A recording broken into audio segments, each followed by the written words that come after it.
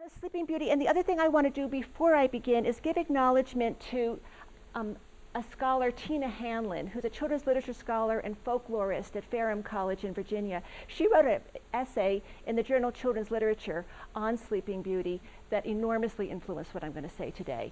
So I want to give her a lot of credit for shaping my thoughts on this. So there's a problem about Sleeping Beauty. And what I want to look at today is how recent children's literature has tried to solve that problem. Because in my other life, I'm a philosophy professor, I'm also a children's book author, so I'm particularly interested in the kinds of creative decisions that authors make when they are faced with a problematic text, a beautiful text, but a problematic text, and how they're going to give it new life for a new generation of readers. So that's what I'm particularly interested in. And we did hear the talk by Jacques Barchillon 2 weeks ago on Sleeping Beauty, where he made the claim that many of us raised our eyebrows about, that Sleeping Beauty, contrary to some of the early versions of the story, such as the version by Basile, was not raped. She engaged, he said, in consensual sex. And here's the passage from Basile. The king called to her, thinking she was asleep, but since nothing he did or said brought her back to her senses, and being on fire with love, he carried her to a couch, and having gathered the fruits of love, left her lying there. Then he returned to his own kingdom, where, by the way, he already had a wife, and for a long time entirely forgot the affair.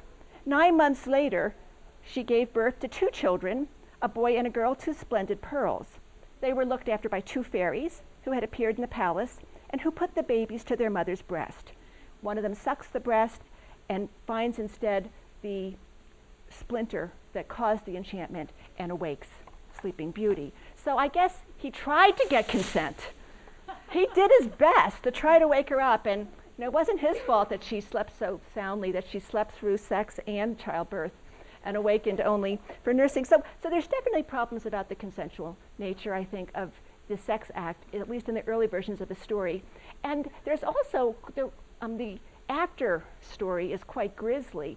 The queen is not all that thrilled that her husband has had this incident involving Sleeping Beauty, so she decides that she needs to find Sleeping Beauty's children, kill, cook, and eat them. So this is a little, shall we say, unpleasant as a text to share with children, but that's not what I'm going to focus on here. Because a lot of the versions of Sleeping Beauty that people are most familiar with, such as the Grimm version, don't have this element. But what they do have is Sleeping Beauty's passivity. And her long sleep, her utter inaction as she lies there waiting for her prince to rescue her and awake her, so much that Sleeping Beauty has become really synonymous with a kind of feminine passivity. So this is from Simone de Beauvoir. Woman is the Sleeping Beauty, Cinderella, Snow White. She who receives and submits. In song and story, the young man is seen departing adventurously in search of a woman. He slays the dragon. He battles giants. She is locked in a tower, a palace, a garden, a cave. She is chained to a rock, a captive, sound asleep. She waits. Marcia Lieberman, in her essay, Someday My Prince Will Come, Female Acculturation Through the Fairy Tale, writes that most of the heroines in Andrew Lang's The Blue Fairy Book are entirely passive, submissive, and helpless. This is most obviously true of the Sleeping Beauty, who lies asleep in the ultimate state of passivity, waiting for a brave prince to awaken and save her. Madonna Kolbenslag actually even calls her book Kiss Sleeping Beauty Goodbye, breaking the spell of feminine myths and models. Thus, at the universal level of meaning, Sleeping Beauty is most of all a symbol of passivity, and by extension, a metaphor for the spiritual condition of women, cut off from autonomy and transcendence, from self-actualization and ethical capacity in a male-dominated milieu. And here, from Marilyn French's novel, The Women's Room, the feminist novel of several decades ago, the character Clarissa sums up what she feels to be the malaise of her life. I feel as if I've been sleepwalking through my life, as if I'm Sleeping Beauty and still haven't wakened up. So that's the problem. Now, there are feminist scholars who have said that fairy tales have been given a bad rap. That we can talk about Sleeping Beauty, we can talk about Snow White, we can talk about Cinderella, but there are many strong heroines in fairy tales. And if we look through the whole corpus of fairy tales, we'll see definitely some weak and submissive women, but also some strong and energized ones. So here's Alison Lurie. She says fairy tales are one of the few sorts of classic children's literature of which a radical feminist would approve. I think she hasn't looked enough at some other texts, but she says these stories suggest a society in which women are as competent and active as men at every age and in every class. Gretel, not Hansel, defeats the witch, and for every clever youngest son, there is a younger daughter equally resourceful. To prepare children for women's liberation, you would better buy at least one collection of fairy tales, with, I guess, Sleeping Beauty in it. And Bruno Bettelheim feels quite defensive about the passive role into which women are cast in fairy tales, and he wants to claim, just as Lurie does, that Lurie says that for every active man, there's an active woman. Bettelheim says that for every passive woman, there's a passive man. He says recently it's been claimed that the struggle against childhood dependency and for becoming oneself in fairy tales is frequently described differently for the girl than for the boy, and that this is a result of sexual stereotyping. Not so, says Bettelheim. Fairy tales do not render such one-sided pictures. Even when a girl is depicted as turning inward in her struggle to become herself, and a boy is aggressively dealing with the external world, these two together symbolize the two ways in which one has to gain selfhood. Well, so far it doesn't sound too good, this idea of, all right, he's active, she's passive, but together they cancel each other out into some sort of neutral stance towards self-actualization. But he also goes on to give examples, for example, Cupid and Psyche. Cupid is sleeping and Psyche's awake. So you can find evidence there. But our focus today is the Sleeping Beauty. And the Sleeping Beauty doesn't seem to be just accidentally gendered as female. And so I want to look at how we deal with Sleeping Beauty and try to reclaim that story. But a first option that we have, and I'm going to sort of review a number of different ways that we can proceed here. One option that's been popular for centuries, but never has really caught on. In every century, this suggestion has been advanced, only to be decisively defeated. And that's the suggestion of just getting rid of fairy tales. Every century, we hear voices denouncing fairy tales on different grounds. So in the 18th century, Sarah Trimmer, author and advocate for children, she warned against the danger as well as the impropriety of putting such books in the hands of little children whose minds are susceptible of every impression. She was concerned that the stories were fantastic rather than realistic. That was inappropriate. She thought the concern with the violence of the stories has always been present. And she was also concerned that the stories have too much of a get-rich-quick kind of aspect to them, that they don't encourage children to work hard to achieve their goals. She wrote a book, Fabulous Histories. It does have a family of talking robins, but she has a note to the child reader explaining robins do not really talk. So she keeps it still grounded in reality.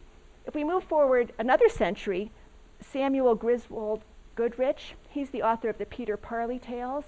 He had quite a reaction against the story of Little Red Riding Hood when it was read to him as a child. And he was horrified and sickened by it. He said, some children, no doubt, have a ready appetite for these monstrosities, but to others they are revolting, until by repetition and familiarity, their taste is sufficiently degraded to relish them. And his mother told him, well, it's just a made-up story. Well, that just made it worse to him. He said, you mean it's not true? Why do they tell such falsehoods then? There might be some excuse for telling such a grisly story to children if it were true, but to invent such a story to tell them? And so he wrote a spate of these Peter Parley books that are all travelogues, instructive, educational, to introduce children to the real world. And then in the 20th century, in the 1920s, there was a famous battle between legendary children's librarian Anne Carroll Moore of the New York Public Library, who was a huge advocate of fairy tales. She required every single branch library, every single children's room in the New York Public Library system had to celebrate Hans Christian Andersen's birthday. Then her opponent, Lucy Sprague Mitchell of the Bank Street College of Education. She was an advocate for realistic tales for children. She said, to the child, the familiar is the interesting. As for brutal tales like Red Riding Hood or for sentimental ones like Cinderella, I find no place for them in any child's world. So instead, she put forward books like North America, the Land They Live In for the Children Who Live There. Facts. Give them facts.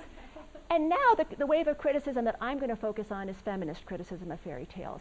And so that's what the focus of my talk. But I think it's also worth noting another wave of recent criticism, and that's the argument about cultural appropriation. Particularly not so much with fairy tales, but with folk tales, that we see all these, say, for example, Native American tales being retold by people who are not members of a Native American tribe.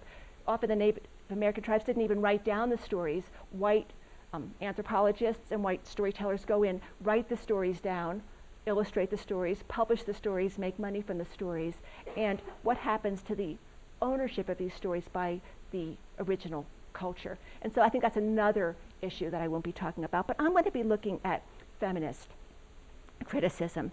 Now, I said that all these other movements failed. We didn't get rid of fairy tales in the 18th century, we didn't get rid of fairy tales in the 19th century, and we didn't get rid of fairy tales in the 20th century. The texts I'm going to look at start in about 1980, so I'm going to look at at recent texts, but different ways now that authors have dealt with not just Sleeping Beauty, but with the whole feminist critique of fairy tales. One strategy is parody. Parodies of the story that make a deliberate gender inversion. We take out the passive female heroine and replace her with a passive male hero. I don't want to call him a hero. Passive male guy who is hapless and clueless and needs rescue by a woman. And there are a number of these. Babette Cole wrote Prince Cinders in 1987, which is her take on Cinderella, and I'm going to read it to you. Prince Cinders was not much of a prince. He was small, spotty, scruffy, and skinny. Girls, are you interested in him so far? Does he appeal? He had 3 big, hairy brothers who were always teasing him about his looks. So the aggressive, hyper masculinity here. They spent their time going to the palace disco with princess girlfriends. They made poor Prince Cinders stay behind and clean up after them. When his work was done, he would sit by the fire and wish he was big and hairy like his brothers. And I'm sorry I don't have images for all of this. Amazon.com only lets you rip off so many. And then you can't get them anymore. One Saturday night, when he was washing the socks, a dirty fairy fell down the chimney. "All your wishes shall be granted," cried the fairy. "Ziz, ziz, boom, tick-tack-ta. This empty can shall be a ka. Biff, bang, bong, bo, bo, bo, to the disco you shall go." She does her spell. The car turns out to be about 2 inches long. "That can't be right," said the fairy. "Toe of rat and eye of newt, your rags will turn into a suit." "Drat," thought the fairy, "I didn't mean a swimsuit." "Your greatest wish I'll grant to you. You shall be big and hairy too." Prince Cinders got big and hairy all right. "Rat," said the fairy, "wrong again, but I'm sure it all wears off at midnight." Prince Cinders didn't know he was a big hairy monkey because that's the kind of spell it was. He thought he looked pretty good. So off he went to the disco. The car was too small to drive, so he skates along it skateboard style, roller skate style, but he made the best of it. But when he arrived at the Rock and Royal Bash, he was too big to fit through the door. He decided to take the bus home. A pretty princess was waiting at the bus stop. "When's the next bus?" he grunted. She's terrified. Ah! Luckily, midnight struck, and Prince Cinders changed back into himself. The princess thought he had saved her by frightening away the big hairy monkey. "Wait," she shouted, but Prince Cinders was too shy. He even lost his trousers in the rush. The princess was none other than the rich and beautiful Princess Lovely Penny. She put out a proclamation to find the owner of the trousers. The Princess Lovely Penny decrees that she will marry whoever fits the trousers lost by the prince and who saved her from being eaten by the big hairy monkey. Fitting sessions begin today. Every prince for miles around tried to force the trousers on. Trousers don't fit. The brothers all try to get into the trousers. Doesn't work. "Let him try," commanded the princess, pointing at cinders. They won't fit that little squirt, sneered his brothers. But because he's so scrawny and pitiful, he fits the trousers. Princess Lovely Penny proposed immediately. They marry, they live in luxury happily ever after. And Princess Lovely Penny had a word with a fairy about his big hairy brothers, whom she turned into house fairies, and they flitted around the palace doing the housework forever and ever. So what we see going on in this story, I mean, I think it's a funny story, but I think there's some problematic aspects if we're trying to have a feminist reclaiming of fairy tales. The story presents only extremely unattractive options for masculinity. The two options for masculinity are to be the big, hairy, monkey-like beast of a man, or to be a little scrawny, pitiful, pathetic, helpless wimp. The Princess Lovely Penny is valued for her looks and her money. She is not valued for herself. And poor thing, I mean, she really does get him under a completely false pretext. She's still looking for rescue, just as much as all the fairy tale heroines of the past, only she gets this guy who didn't even really rescue her. He just happened to turn back into Prince Cinders at the crucial moment. So it's not really a satisfying solution, I think, in many ways. Oh, and then the ending where the brothers are made into the house fairies shows that the worst punishment you could ever have is to engage in women's work. The traditional work associated with women is the punishment reserved for these characters. She then gives, we have Princess Smarty Pants, 1986, and Princess Smarty Pants did not want to get married. She enjoyed being a Ms. Quite the feminist tone here. Because she was very pretty and rich, all the princes wanted her to be their missus. She sets all these different tasks for them, though. She says she just wants to stay home, do what she wants. Suitors are always turning up at the castle. She says, whoever can accomplish the tasks that I set will win my hand. She has various tasks. She asked Prince Compost to stop the slugs eating her garden, but he just runs away overcome by this enormous slug here. She asked Prince Rushforth to feed her pets. The pets are 10 times as big as he is, and he's defeated. Prince Pelvis loses the challenge to a roller disco marathon. She invited Prince Boneshaker for a cross-country ride on her motorbike. He's terrified. She calls on Prince Vertigo to rescue her from the tower. He fails. She sends Prince Bash Thumb to chop some firewood. The trees, Wizard of Oz type fashion, come alive and defeat him. She suggested to Prince Fetlock he might want to put her pony through its paces. He is overwhelmed. She told Prince Grovel to take her mother shopping. He's staggering under the weight of the bags. She commands Prince Swimbladder to retrieve her magic ring. The shark gets him. None of the princes could accomplish the task set for them. They all left in disgrace. That's that then, said Princess Smarty Pants, thinking she was safe. Then Prince Swashbuckle turned up. He basically accomplishes all the tasks. And I particularly like him. He's riding very cheerfully on the back of the motorcycle. He rescues her from the tower. He chops the firewood. He tames the pony. He takes the queen shopping. He retrieves the magic pond, the ring from the pond. Prince Swashbuckle didn't think Princess Smarty Pants was so smart. So she gave him a magic kiss, and he turned into a gigantic warty toad. And then he leaves in a big hurry. The other princes hear what happened, and she's left alone forever. Nobody wants to marry her. And in the final picture, she's lying in a two-piece bathing suit, actually, sort of on display for the reader, but not for any prince. So here, quite a lot of heavy-handed kind of feminist messages about the Mrs. and the Ms. I think she's a little unfair to that Prince Swashbuckle, though. She made a promise. She said, if you do everything, I will marry you. He did everything. And then she turned him into a toad. I don't think that's really appropriate. It didn't seem fair to me that she treated him in that way. And I sort of like that in the motorcycle, he rides behind her.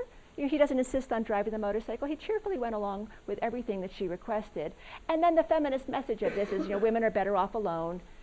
Stay, don't bother with men, and that'll be the happy ending for you. The Paper Bag Princess by Robert Munsch, who's best known for Love You Forever, which many people think is the worst children's book ever written. It's this creepy proclamation of a love of a mother for her son. She keeps echoing how she loves him forever, and finally, when he's all grown up and married, she still climbs in his window at night on a ladder so that she can hug him and sing him this song while he's sleeping about how she'll love him forever. The paperback princess is so popular, I couldn't get it because it's checked out of every single library, every single copy. But the idea of the paperback princess is that the princess is about to marry Prince Ronald, but a dragon comes along, kidnaps Prince Ronald, and singes all her clothes. So she has no more clothes. She has to just wear a paper bag. She goes off valiantly. She rescues him. She defeats the dragon, but she doesn't look so good afterward. And the prince is distinctly unappreciative. You smell like ashes. Your hair is all tangled, and you're wearing a dirty old paper bag. Come back when you're dressed better, when you're dressed like a real princess. Well, she gets rid of him and lives happily ever after without him. So here too, we're not given any kind of attractive portrait of what men could be. It's sort of, I think it's really pretty much sort of stereotypical male bashing feminism, where the guy comes off looking very badly and the woman's reward for her feminist achievements is to be alone. So those are sort of one kind of strategy to sort of have the in-your-face subversion of gender expectations here. I had not found, and I did look pretty hard, I didn't find a Sleeping Beauty that's set up like this, where you have a sleeping beau who's rescued in the same kind of way. Instead, what I've seen with Sleeping Beauty is a number of treatments that don't challenge the gendered expectations head on in the same way, but have fun with the story and create a heroine who is spunky and strong and has a lot of good ideas for how to deal with the situation. Because they're parodies, they either deal with the sleep aspect of Sleeping Beauty or the beauty aspect of Sleeping Beauty. We either see a sleepless beauty or a sleeping ugly are the ones that we're going to see. So, and a number of these are by Jane Yolen. Jane Yolen, I don't know if you are familiar with her work. Jane Yolen has written 300 children's books. She's been called the American Hans Christian Andersen, and a lot of her works are on fairy tales and folk tales, though she's written every kind of book that there is, 300 books. And she's also a scholar of children's literature. She writes a lot very self-consciously about her creative process. So she was an interesting one to focus on. Her first book, Gwyn Ellen, which was published in 1965, and I couldn't get this one either. It's just totally unavailable. Gwyn Ellen's problem is not that she sleeps too much, but she cannot fall asleep. She cannot fall asleep. She stays awake, and instead of touching a spindle and falling asleep, she's obsessed with spindles. She keeps weaving and spinning. The soldiers in the army are buried under all the hats and mittens that she keeps knitting. She also spins straw into gold, energetically, like the heroine of The Miller's Daughter in Rumpelstiltskin. So now the price of gold is all out of whack, and inflation's going on through the kingdom.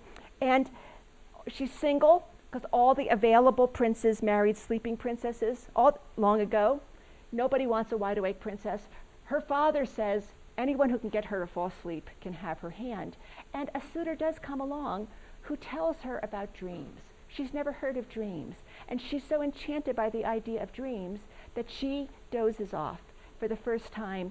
And you think the book's going to end with him getting her hand. And that could happen in a sequel that we don't see. But what we do see is that she's still sleeping at the end of the book. But there's maybe a hope of a romance, because if a guy is the first one to tell you about dreams, that's pretty attractive. I might sign up for him. Sleepless Beauty by Frances Minters was 1996. This is another sleepless variant of the tale. And it has a New York City setting and a music background. Throughout, we see a recurrent character playing the saxophone, and a rock star is going to play a prominent role. So the day I was born, I was such a cutie. Mom and Dad called me their own little beauty. My parents were so happy to welcome baby me, they planned a birthday party in apartment suite 3D. They made sure that the cheery news was spread throughout the town. Just take a bus or subway and you're welcome to come down. All our friends and relatives came to the celebration, but the witch from down the block did not receive an invitation. The evening of the party, she showed up nonetheless. Rats and mice played hopscotch in the pockets of her dress. The guests crowded our apartment. The witch didn't seem to mind them. She simply pushed through to the front, though she started way behind them. She came over to my cradle, and she gave me a big kiss. She said, "Here's my present for the pretty little miss." The witch said, "Now you listen up, for here's the gift I bring her. On her 14th happy birthday, little Beauty'll prick her finger. Then Beauty and her parents and everyone who's near will fall asleep and stay asleep for a whole 100 years. The guest yelled, "You are evil and it really isn't fair." "Okay then," said the wicked witch, "I'll show you that I care. Just to prove I'm not so mean and that I'm not so snooty, when time is up, a great rock star will wake up Sleeping Beauty." The New Age variant of the prince. I didn't understand at first, for I was just a child, but the witch's scary present nearly drove my parents wild. They thought about it for a while, and this is what they planned. Sharp things wouldn't be allowed to touch my little hand. They threw out all the knives and forks, the scissors, every pin, and everything that they could think might prick my tender skin. As I grew up, I noticed, though they wouldn't tell me why, that I couldn't sew on buttons or slice an apple pie. I couldn't cut collages, I couldn't skate on ice. I couldn't use a pencil till someone used it twice. I couldn't get a manicure, I couldn't cut my hair.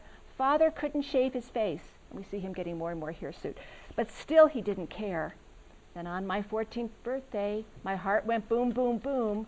I saw a creepy woman. She was sitting in my room. I admit that I was scared that she might be the witch. I had made a little plan, but there could be a hitch. "Well, who are you?" I asked her. "What are you doing here?" "I'm delivering your present, and this is it, my dear." Then she showed me something that was black and flat and round.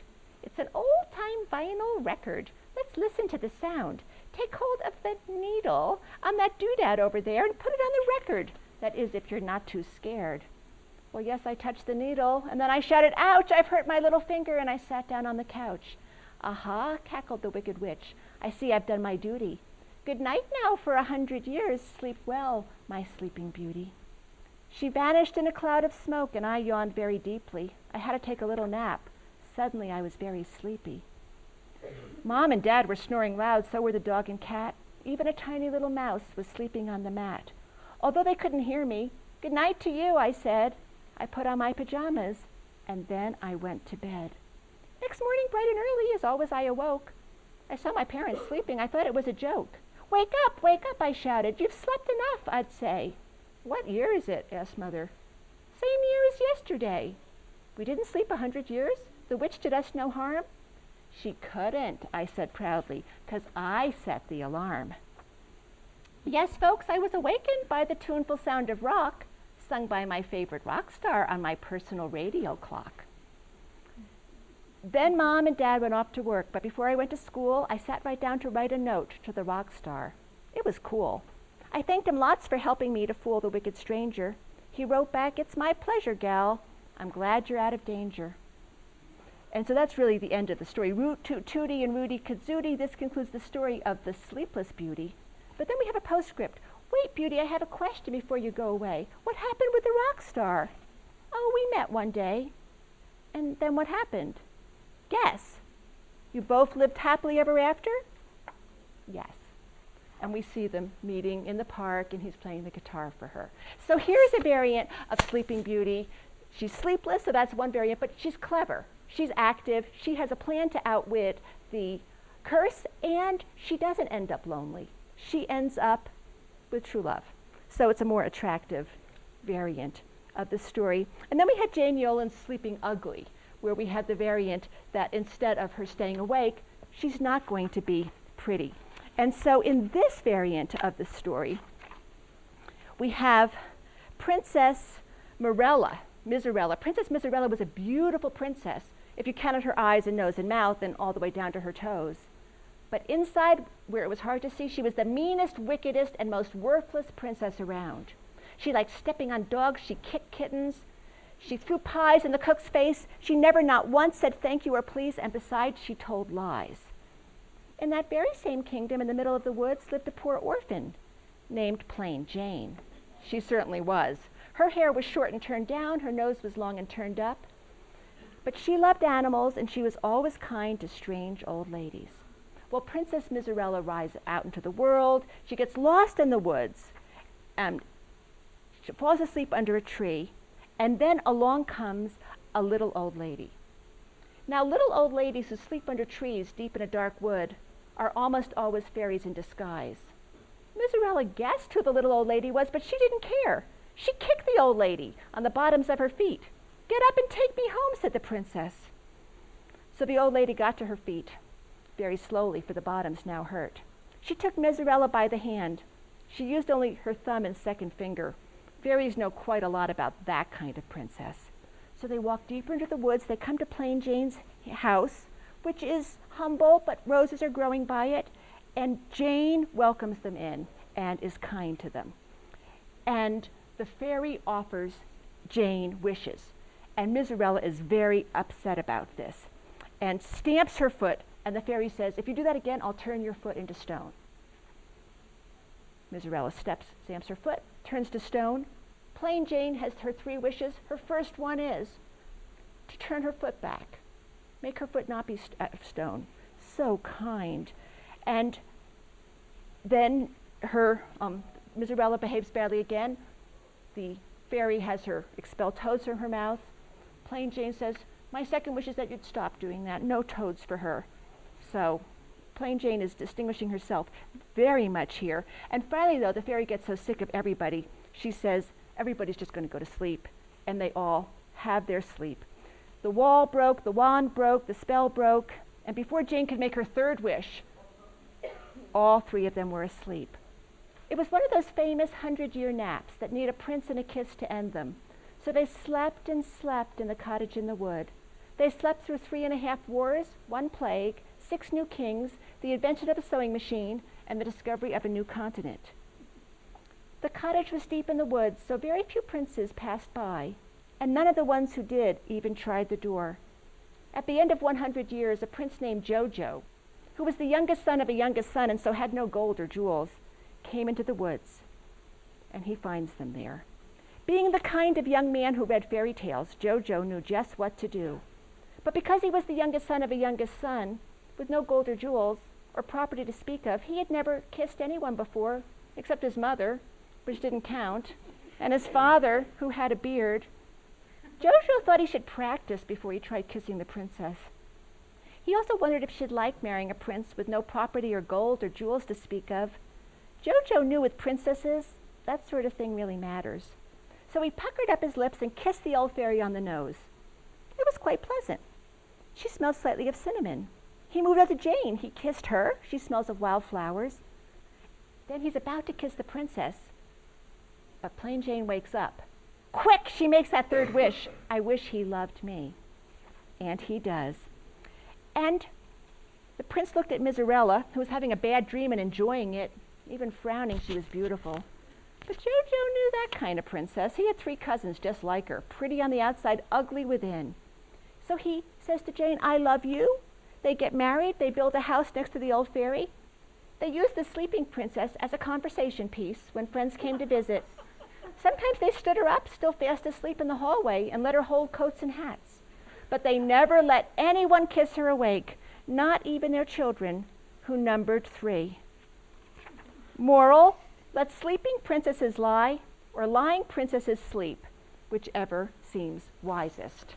So here we get true love, and we learn that inner beauty is more important than outer beauty, and we get a satisfying ending. But one thing to note about this story is all the different points at which Yolen references fairy tale conventions. At every point, we know that old women in the woods are really fairies. We know that sleeping princesses need to be awakened by a kiss. We know that younger sons are going to seek their fortune. So the story is very self-consciously parasitic on established tales. And so this then leads us to the problem with parody. What if children don't know the established tales? How are we going to write a parody if children don't have these tales in their cultural vocabulary? Also, the tales that I read, Sleepless Beauty, Sleeping Ugly, these are funny. These are comic stories, but they don't have that sweet, that power, that poetry of the original. And so This is from an essay by John Stott, Will the Real Dragon Please Stand Up?, writing about convention and parody in children's stories. He says the most important basic element of literature is not originality or creativity, but conventionality. Until we've mastered the conventions of a culture's literature, its symbolic vocabulary and its narrative grammar, we cannot read that literature with true perception. We need first to internalize conventions, make them our own, before we're free to engage in the interaction between author and reader, which constitutes the act of reading. And he says that a problem with our culture is that we're losing these stories. We don't listen to our storytellers, our structure makers, as closely, as carefully as we could. There are those people who would suggest that this is one of the reasons we find so few meaningful structures to give validity to our lives. Yolen, who I said has written a lot on the art of writing for children, she says that myth and folklore have important cultural functions that can't be dispensed with. They create a landscape of illusion. They enable us to understand our own culture and other cultures from the inside out. They state in symbolic or metaphoric terms the abstract truths of our common human experience. And I had the quote from Madonna Colbin's slog before, that Sleeping Beauty is the symbol of passivity and a metaphor for the condition of women. But she goes on to say that this is to restrict the meaning of the metaphoric image to its descriptive content. Its very persistence in the cultural context suggests that the story has a phoenix-like aspect. Out of the ashes of cultural memory, a dramatic symbol calls women forth to an awakening and to spiritual maturity. So I want now to show a couple of ways that that Jane Yolen has taken Sleeping Beauty and tried to be true to the original story, not a parody of a story, but 3 ways that she's taken the story and made it new for an audience of children, trying to avoid some of the problematic elements from the past. So the first is Sleeping Beauty, retold by Jane Yolen, illustrated by Ruth Sanderson. This is an interesting children's book origin because Sanderson did the paintings first. She did a series of Sleeping Beauty paintings, and then Yolen wrote the story to go with them. Her text is very close to Grimm, but it differs from Grimm in crucial ways. Tina Hanlon, who's written on this, says that what Yolen has done here, if the problem of Sleeping Beauty is that she is the dreamer and he is the doer, the solution is to try to make him more of a dreamer and emphasize the ways in which she's also a doer. So I want to show you some of the passages of text from the two and the subtle but crucial changes that Yolen made that help address the problem of Sleeping Beauty. So remember, on the day she's 15, she's left alone in the palace. So she went around to all sorts of places, looked into rooms and came to the old tower. She climbs the winding staircase, reaches the door, rusty keys in the lock, and she opens it, and there's the woman with the spindle. She's about to meet her fate. Yolen takes the same scene and develops it much more fully in a way that highlights Sleeping Beauty's agency here. On the day the princess turned 15, her parents planned a great birthday feast. Everyone's busy, she's alone, having nothing else to do. So she's in search of something to do. She's a doer. She began exploring all the parts of the castle. She poked into abandoned pantries. She passes through long forsaken halls. And then she discovers a narrow winding staircase. And she is determined to see what lies at the top. The stairs go round and round. She continues. She's determined to find where those stairs lead. She is a girl with a mission, with a project. She's going to make something happen. And then she turns the key in the door, and there's the strange old woman sitting on a stool in front of a large wheel. And there is the illustration from Sanderson, who's also part of this project of retelling, the beckoning stairway and Sleeping Beauty heading up those stairs, trying to take some control of her own destiny. When we turn to the treatment of the prince here, again in the Grimm version, the king's son comes to the country. He hears the story about Sleeping Beauty. He's heard that many king's sons have come and gone trying to get through the briars that have grown up around the castle. But he says, I'm not afraid. I will go and see the beautiful Briar Rose. Here is Yolen's text.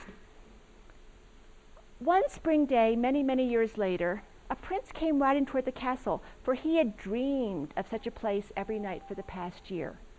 He happened upon an old farmer, and then he tells the prince the story of the Sleeping Beauty. But that is what I have dreamed every night for a year, of an ancient castle and a princess asleep in a tall tower. Can you show me the way? There is no way. Well, I must make one, even if it means my death. So in the Grimm version, the prince hasn't dreamed in this way, and the dream language goes on as he goes through the castle and finds her. She was even more beautiful than in his dream. And he kisses her awake, and then they walk down the stairs together hand in hand. They marry and go forward in life. And the very last picture in the book, they're sitting together under a tree. She is playing the lute for him, and he's listening to the music she plays.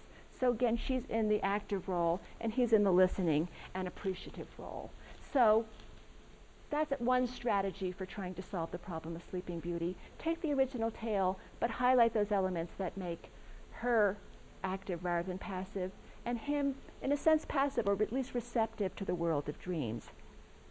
Yolen has also created original fairy tales that use a lot of the same elements of Sleeping Beauty and are written in a poetic, evocative language, but make the story fresh for a new generation of readers. And I'm not going to read this whole story to you, but this is The Girl in the Golden Bower.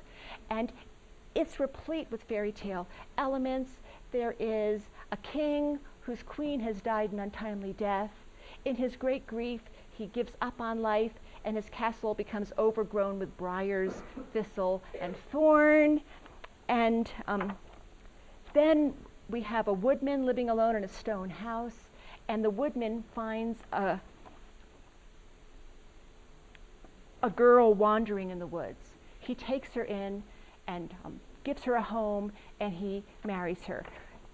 They have a child with beautiful golden hair. They love the child very much, but the mother dies. Enter who? Who comes after the mother dies? The stepmother comes, and the stepmother's scheming and wicked and very, very oppressive to the little girl. The little girl has long golden hair, and she has a magic comb given to her by her dead mother. And with the magic comb, she combs the hair of animals and braids her own golden hair into theirs. And so she now has the protection of these animal friends. She's driven out of the home by the stepmother, and then she goes off into the woods, desperate, terrible situation, and she falls asleep. And she falls asleep and sleeps for a long, long time. As she sleeps, her hair grows long, Rapunzel style. The animals protect her. And finally, along comes a beast, so echoes of Beauty and the Beast, and the two have and she awakes herself. She's not awakened by the beast. She does hear his roar, but she awakes, and then they have a relationship. As she's been asleep, though, she has grown to maturity, but then when she awakes, she becomes a child again. She becomes a child again, and the beast becomes a man again, and he turns out to have been her grandfather, the king who was so miserable with the castle covered with briars. So what Yolen's done in this version of the tale is we have a Sleeping Beauty. There she is sleeping, but she doesn't grow to sexual maturity as she does in the other versions of the story. Her protective sleep is what allows her to remain a child, to escape abuse in this protective world and retain her childhood innocence. The language of the book is evocative, poetic, beautiful. So that's one more solution. And then the final one that I want to share with you is Yolen's very daring young adult novel, Briar Rose, which was published in 1992. And in Briar Rose, there are three sisters. Becca is the youngest. And as the three sisters grow up, they hear their grandmother Gemma telling them the story of Briar Rose, the story of Sleeping Beauty, telling it over and over again, always in the same words. But there's crucial differences to the story as Gemma tells it than the story that you would find in Grimm. And every chapter of the book is structured so there's a chapter where the girls at different times of their life starting in young childhood and then adulthood, are listening to Gemma tell this story. And it takes us the whole book to get the telling of the story. So, Gemma, tell your story again, Shayna begged, putting her arms around her grandmother and breathing in that special smell of talcum and lemon that seemed to belong only to her. Which one? Gemma asked, chopping the apples in the wooden bowl. You know, Shayna said. Yes, you know, Sylvia added. Like her sister, she crowded close and let the talcum, lemon, and smell almost overwhelm her. Baby Rebecca in the high chair banged her spoon against the cup. Seep and boot, seep and boot. Shayna made a face. Even when she'd been little, she'd never spoken in baby talk.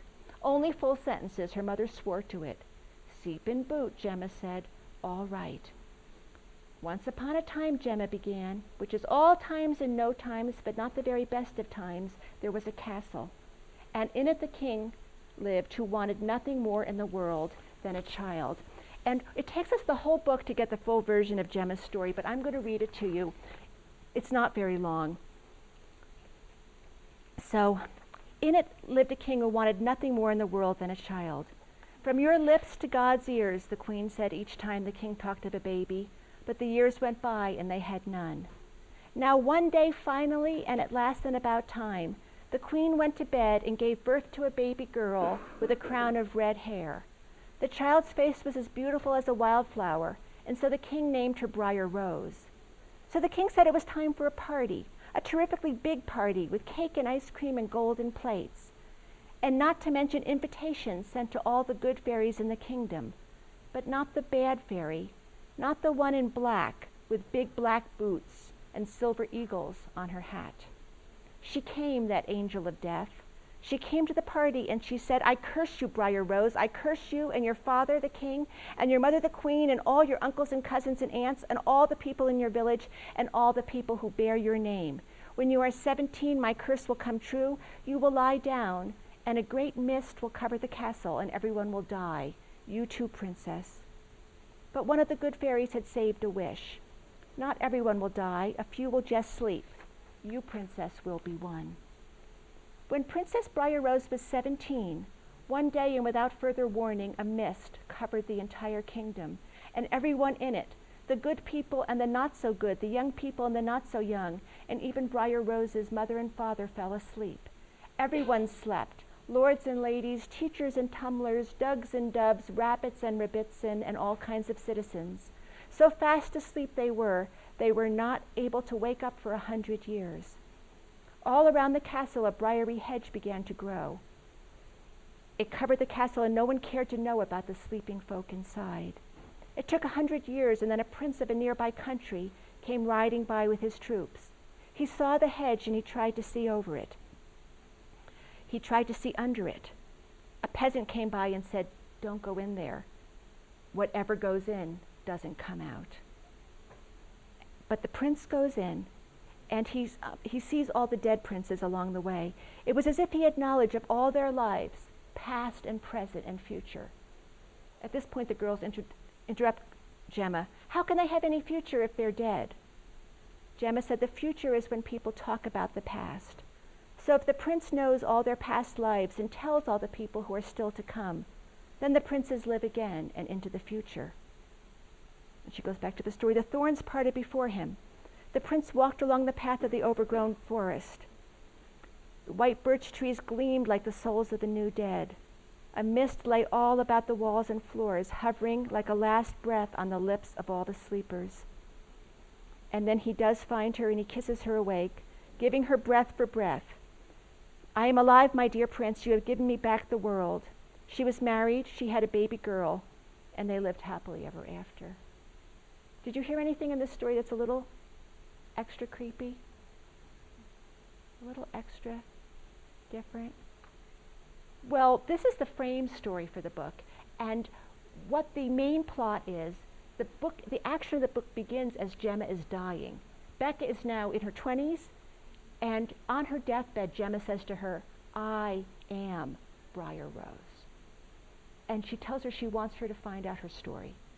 There's a box of clippings, and Becca takes those clippings and traces the story of her grandmother, a story that no one has ever known. And it's a story that the first clue that she gets takes her to a refugee camp in Oswego, New York, where refugees came from the war. And then she gets the clue to go to Chelmo in Poland, a secret concentration camp where 320,000 people were killed. She, Becca discovers, Gemma was saved by an aristocratic homosexual fighter against the Nazis who sees this whole heap of bodies tossed out from Chelmo. He sees that one of them is still breathing, although she's very much asleep. He gives her mouth-to-mouth resuscitation. He kisses her back to life. She is pregnant already from her lover that she had before the concentration camp. He's dead. The prince is not in the story. There's the prince who kisses her awake, but the man that she's in love with is not there. So it's a dark and horrific telling of the Holocaust. And, I began the talk thinking about that postscript, the afterword to the Perrault version of Sleeping Beauty, where the queen is upset about the king's infidelity and wants to kill and cook and eat Sleeping Beauty's children and Sleeping Beauty herself. And I said, isn't that's too horrific to give to children. But in children's literature today, there's really nothing that's too horrific to give to children. However horrific it is for the queen to want to kill and cook and eat Sleeping Beauty's children, that's not more horrific than the Holocaust. And that's what Jane Yolen gives us in this book. And the book was censored and burnt, not because it had the Holocaust in it or Sleeping Beauty, but of course because it had a homosexual prince figure in it. And his sexuality is discussed openly, and even the sex act is discussed openly. Well, at the end of the book, Becca has found her story, and she is going to go home and has to decide how much to share with her sisters. She says, should I tell them everything at home?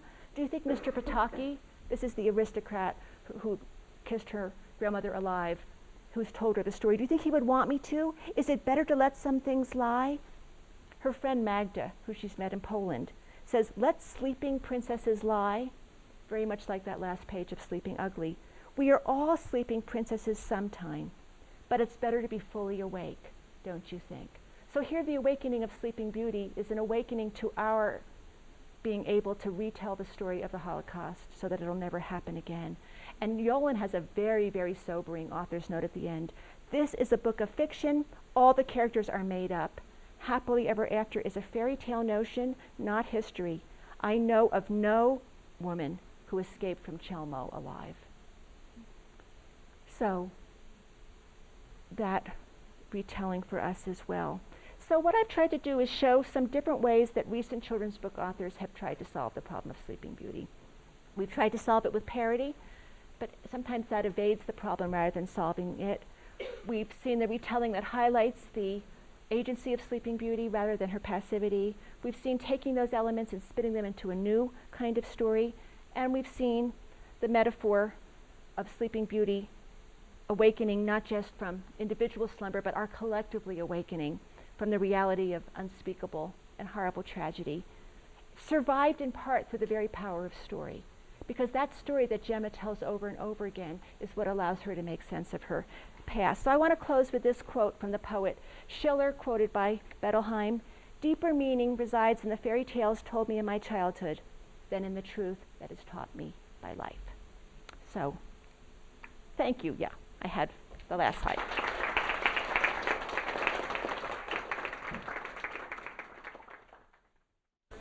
This last one, the Wicked Witch, I guess I should say, was depicted as black and all that. Is that seen as anything racist or?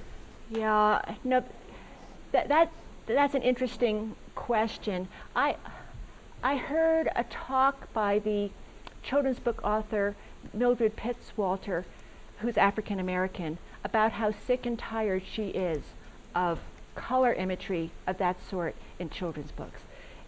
And not just children's books. We all have white is good and black is bad, and the dark side and the light side. And she gave an extremely eloquent talk to that effect. But I think that goes on just commonly, and I think it's something that children's authors need to deal with more. There's also issues of the Sleeping Beauty story, how much or in any of these fairy tales, in the traditional earlier versions, there's always some horrific end to the wicked character. And that's been de-emphasized a lot in more recent children's book stories. So in the end of Sleepless Beauty, which one was it?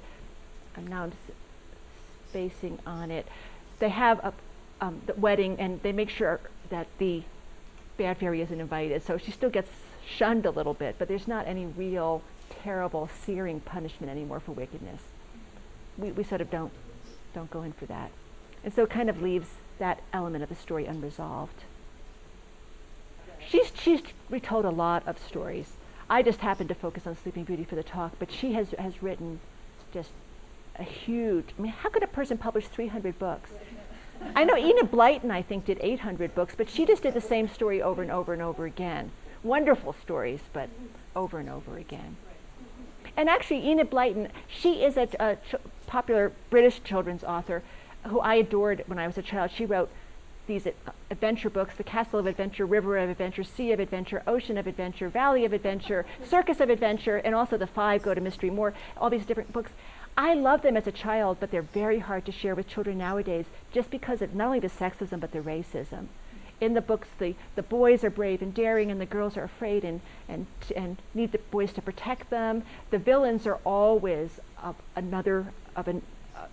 some ethnicity other than British or they're African American.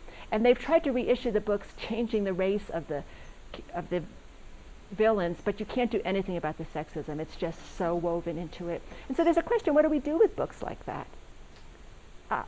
I read the stories to my boys, and then I read a sanitized, cleaned up version, but it didn't really feel the same to me, I guess, because I was so used to the original one. So I think it's sometimes better to read the original, but then talk to children about it. And my son even got where he would say, "So is the bad guy going to be black or foreign this time?" so he got. But on the other hand, I still felt the power of. I mean, did you like them, Allison, growing up? Did you read? I read a lot of Edith Blyton, yes. Yeah, it's pretty irresistible. These magical adventures. And now they only take about 20 minutes a week. There's really not much. Because they've also, and I read a piece on this, they've also taken out all the Briticisms that I loved as an American child. The children would eat tinned pineapple, and they would carry torches, and it had such a romance. And then I found out they were eating canned pineapple, and they were carrying flashlights. So deflationary, and so that's been changed as well. Yeah. I just think you have to have a real sensibility for this genre. It's a structure in the psyche, and it's sophisticated. And so some of these books are going to have to we're going to have to say bye to them, because the original is quite profound, and so I'm not so sure about modernizing these tales.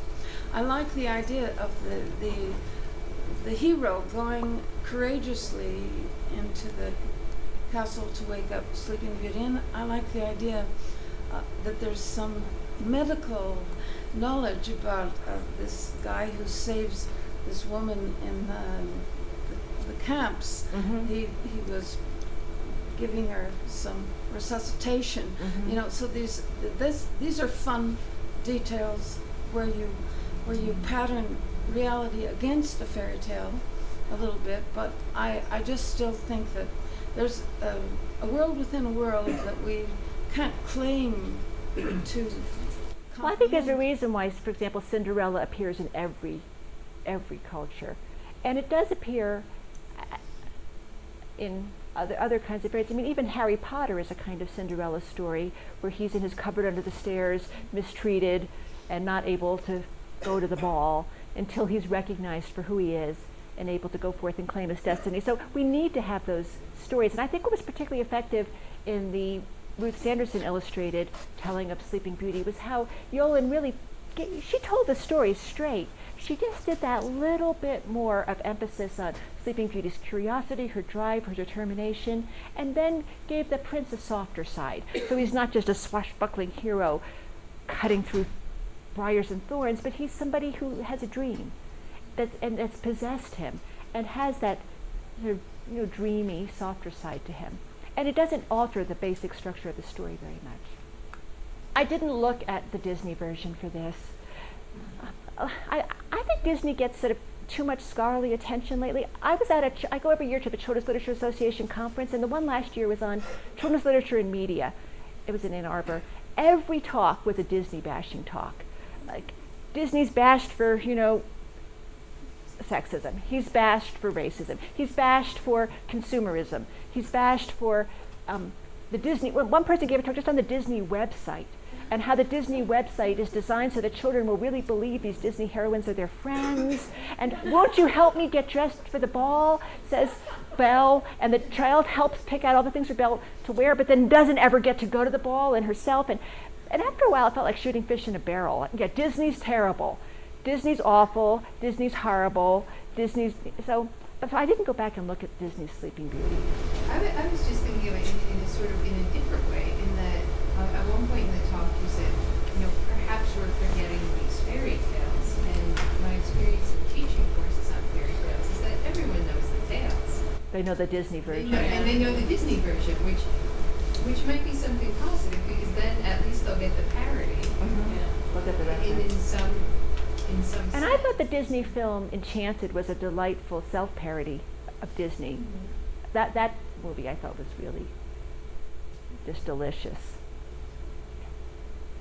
Yeah. I was wondering, what do you think about the adult adaptations of some of these stories? I know there's many popular writers out there who are taking these basic fundamental children's stories and they're adapting them for an adult audience.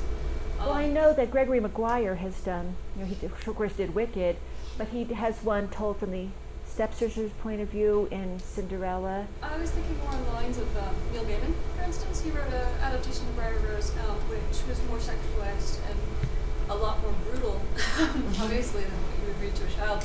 But it was very interesting because he followed along almost word for word with the original story, but then he tweaked it in such a way that at the very end it was revealed that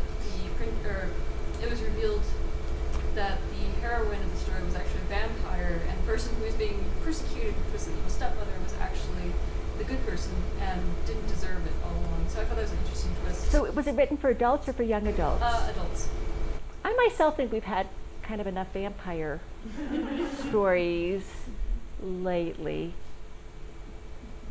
But there's also, I sort of focused on just this, one particular set, but Robin McKinley writes a lot of retellings of, and so does Donna Jo Napoli, of these classic tales for young adults. And these are substantial novels. And so I think there's certainly a lot of people who are going back to these stories and trying to give them a fuller grounding and context. And someone in the front. Well, I just, in thinking about the Disney thing, not so much a commentary on Disney, but the total infatuation of young girls with princesses and that whole princess archetype that's come now been manufactured in all races. Now Pocahontas is considered one of these princesses, and there's also an African American princess. And apparently this has become the centerpiece of every young girl's birthday party experience today, and they're all flitting around in little princess outfits, and it's a direct descendant of that. Right. I guess the issue would be whether, there's princesses and there's princesses. I think any princess wants to look pretty. That's pretty much going to be given, that you have to have the outfit. But past that, are you going to be a princess in a more active role or in a more passive role? Are you going to be a princess waiting for rescue, or a princess who's out having adventures with your woodland creature friends? So it's what you do with your princess standing. But we don't want to go back to the Prince Cinders, Princess Smarty Pants. We don't necessarily just, the princess, it's not that much fun just rescuing men either. I think a lot of women feel they've done that enough also, that they don't need to do it again. But maybe we could not rescue each other and sort of go forth and do other things. Yeah. Kind of coming from the generation of knowing every Disney song by heart. We were having a discussion about it in one of my classes about how we, especially the girls, place this division in between like Mulan and Cinderella. Like, no, Mulan, single-handedly saves China, and Cinderella was, and so we were talking about like now, like, which princess did you want to be? And it was all the much later, more active. They want to be the more active Yeah, one? and it was, okay, that's interesting. and so I asked, and so I wondered about it, and so I work with kids, and I asked them, and they were like, oh yeah, Mulan, easy. Like, it's like, but do you want to dress up as Mulan? I was like, no, I want to wear Belle's dress. I want to wear Cinderella's dress. Okay, so we want to look like Cinderella and Belle, but be but active we'd rather like. go off and save the entire world. Well, And yet, when you read, I only read the first of the Twilight books, but that had such a powerful fantasy still of being rescued by a man. I mean, what's her name? Bella. I was just going to say, is her name Belle? Yeah. So, and I admit I didn't spend a lot of energy thinking through the story, but Bella, there's a simultaneous fascination that her vampire friend is able to rescue her from anything. He's 20 miles away. He says that she's in danger, and he's there to save her. And the one thing that he can't save her from is the danger he poses to her himself. So this whole fantasy of male menace and male rescue of the female, and those books are enormously, enormously popular. So I think some of that rescue fantasy is still alive and well. Yeah. The part you were talking about, the past and the future, and how you need to know the past to generate. Yeah, that was Yolen in her telling of the Briar Rose story. That the princes who have tried to save Sleeping Beauty they all fail and they all die, and you see their bones glistening there. But the prince has knowledge of all their lives, past, present, and future. And then the girls hearing Gemma tell the story say, how can they have a future if they're dead? And she says, when we talk about them, that's their future. And I think that's so much the idea of witnessing about the Holocaust, that all those people who died in the Holocaust. And part of what Yolen was trying to do in this is to show, certainly, I mean, she's Jewish, and so certainly Jews, but homosexuals, gypsies, the enormous scale of the slaughter. But when we tell the stories, those people get to live again. So, not everyone would rather live again. Like, I mean, there's a line from Woody Allen where he says, I don't want immortality through my work, I want immortality through not dying. So, I mean, basically, it's a poor substitute, but it's what we can provide. And I think that's why the book Briar Rose is so much a book about the power of story. It's about, because I was thinking, as I was even coming over here, like Gemma's telling that story over and over again. What does that give her? And I find when I have bad things in my life, I like to tell my friends about them.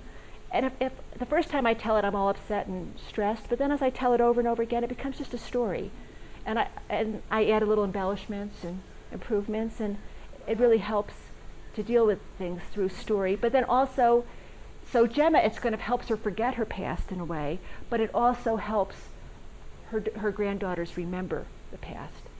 Well, the great storyteller Robert Bly said in the 1980s that when he reads a lot of stories, and when he finds one that hits him in the stomach, in the guts, he knows it's his. And then he takes that story and works with it. And he says, after you tell a story about 10 times, you know what it means. So you have to actively, speaking of passive or active, you actively engage in telling the story in order to seek its meaning. I think that's wonderful. And sometimes, too, at different times in your life, different characters of the story can resonate with you more. So I heard a series of sermons once on the prodigal son. The prodigal son told from the prodigal son's point of view, the prodigal son told from the father's point of view, the prodigal son told from the older brother's point of view, and at different times in our life, we have probably been each one of them. And so we can get to inhabit the story in all its different roles. Well, thank you all very much.